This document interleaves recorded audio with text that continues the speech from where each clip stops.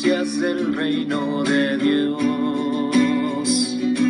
la alegría de anunciar el Evangelio. Jesucristo, el sol de los Andes. Meditación diaria con la palabra de Dios. Lección eucarística. Pedir, reparar, ofrecer, dar gracias y adorar a Dios. Invoquemos la presencia de la Santísima Trinidad, en el nombre del Padre, del Hijo y del Espíritu Santo. Amén. Cuando le pides a Dios con fe inquebrantable que intervenga en tu favor, Él no puede menos que darte toda la ayuda que necesitas. He aquí, Dios es el que te ayuda. Primera lectura del libro del profeta Jonás. En aquellos días vino la palabra del Señor sobre Jonás. Levántate y vete a Nínive, la gran ciudad, a predicar el mensaje que te digo. Se levantó Jonás y se fue a Nínive, como mandó el Señor. Nínive era una gran ciudad, 3 días hacían falta para recorrerla. Comenzó Jonás a entrar por la ciudad y caminó durante un día, proclamando: Dentro de 40 días Nínive será destruida. Creyeron en Dios los ninivitas, proclamaron el ayuno y se vistieron de saco, grandes y pequeños, y vio Dios sus obras, su conversión de la mala vida. Se compadeció y se arrepintió Dios de la catástrofe con que había amenazado a Nínive, y no la ejecutó. Palabra de Dios. Al Salmo 24 respondemos: Señor, enséñame tus caminos. Señor, enséñame tus caminos, instrúyeme tus sendas. Haz que camine con lealtad. Enséñame porque tú eres mi Dios y Salvador. Señor, enséñame tus caminos. Recuerda, Señor, que tu ternura y tu misericordia son eternas. Acuérdate de mí con misericordia por tu bondad, Señor. Señor, enséñame tus caminos. El Señor es bueno y es recto. Enseña el camino a los pecadores. Hace caminar a los humildes con rectitud. Enseña su camino a los humildes. Señor, enséñame tus caminos. Segunda lectura de la primera carta del apóstol San Pablo a los Corintios. Digo esto, hermanos, que el momento es apremiante. Queda como solución que los que tienen mujer vivan como si no la tuvieran, los que lloran como si no lloraran, los que están alegres como si no estuvieran, los que compran como si no poseyeran, los que negocian en el mundo como si no disfrutaran de él, porque la representación de este mundo se termina. Palabra de Dios. Proclamación del Santo Evangelio según San Marcos, capítulo 1, versículo 14 al 20. Cuando arrestaron a Juan, Jesús se marchó a Galilea a proclamar el Evangelio de Dios y decía: Se ha cumplido el plazo, está cerca el reino de Dios, convertíos, creen en el Evangelio. Pasando junto al lago de Galilea, vio a Simón y a su hermano Andrés, que eran pescadores, y estaban echando sus redes en el lago. Jesús les dijo: Venid conmigo y os haré pescadores de hombres. Inmediatamente dejaron las redes y los siguieron. Un poco más adelante vio a Santiago, hijo de Zebedeo, y a su hermano Juan, que estaban en la barca repasando las redes. Los llamó, dejaron a su padre Zebedeo en la barca con los jornaleros y se marcharon con él. Palabra del Señor. Gloria a ti, Señor Jesús. ¿Qué tal, queridos hermanos? Hagamos todas nuestras obras por amor de Dios o amor en Dei.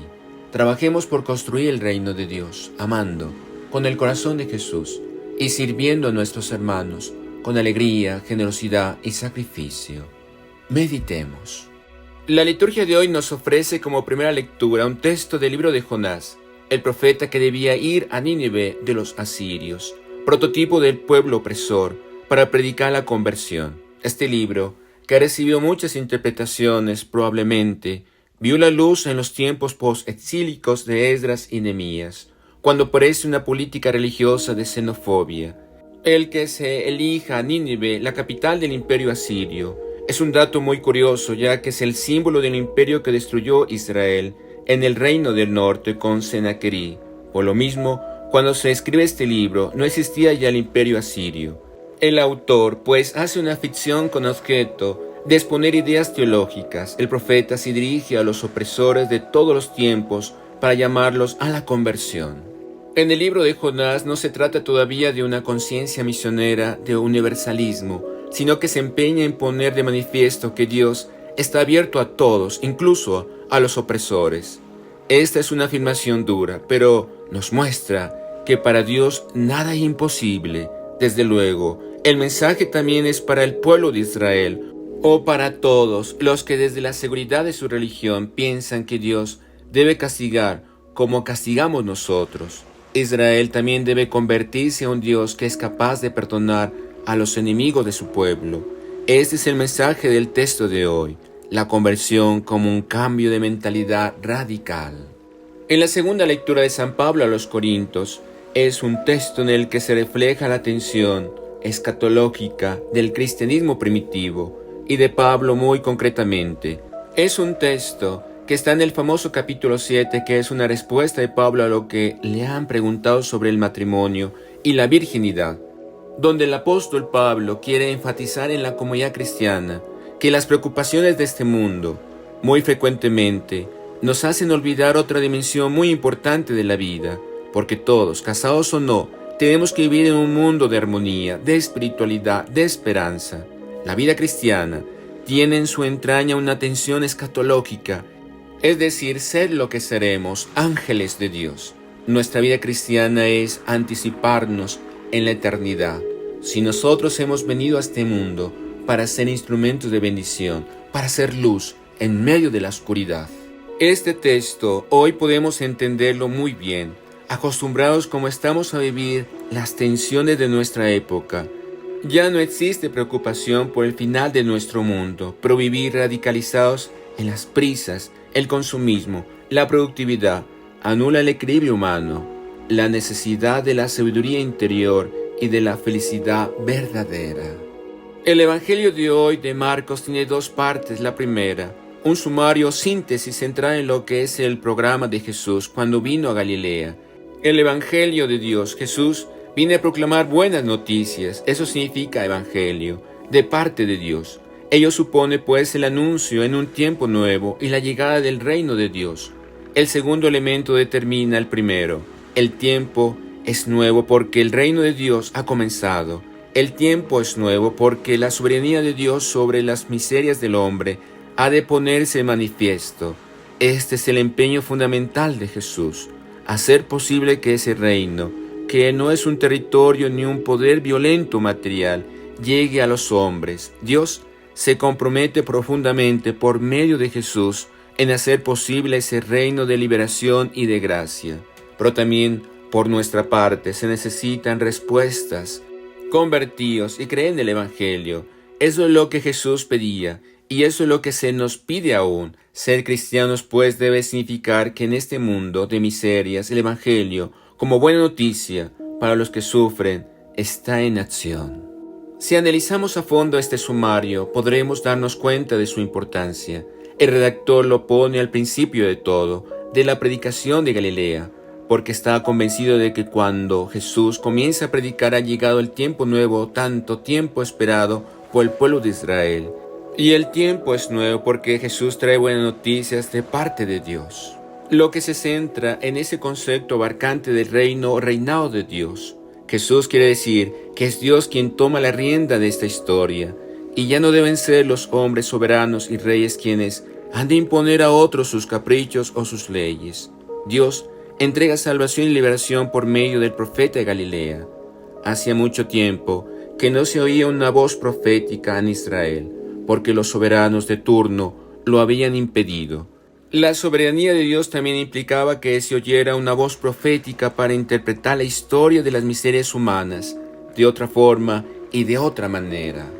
¿Qué se pide a cambio de este tiempo nuevo? Conversión, que no es simplemente hacer penitencia. Si traducimos de esa manera el verbo que está a la base del texto, metanoe, le habremos quitado su sentido primero y principal.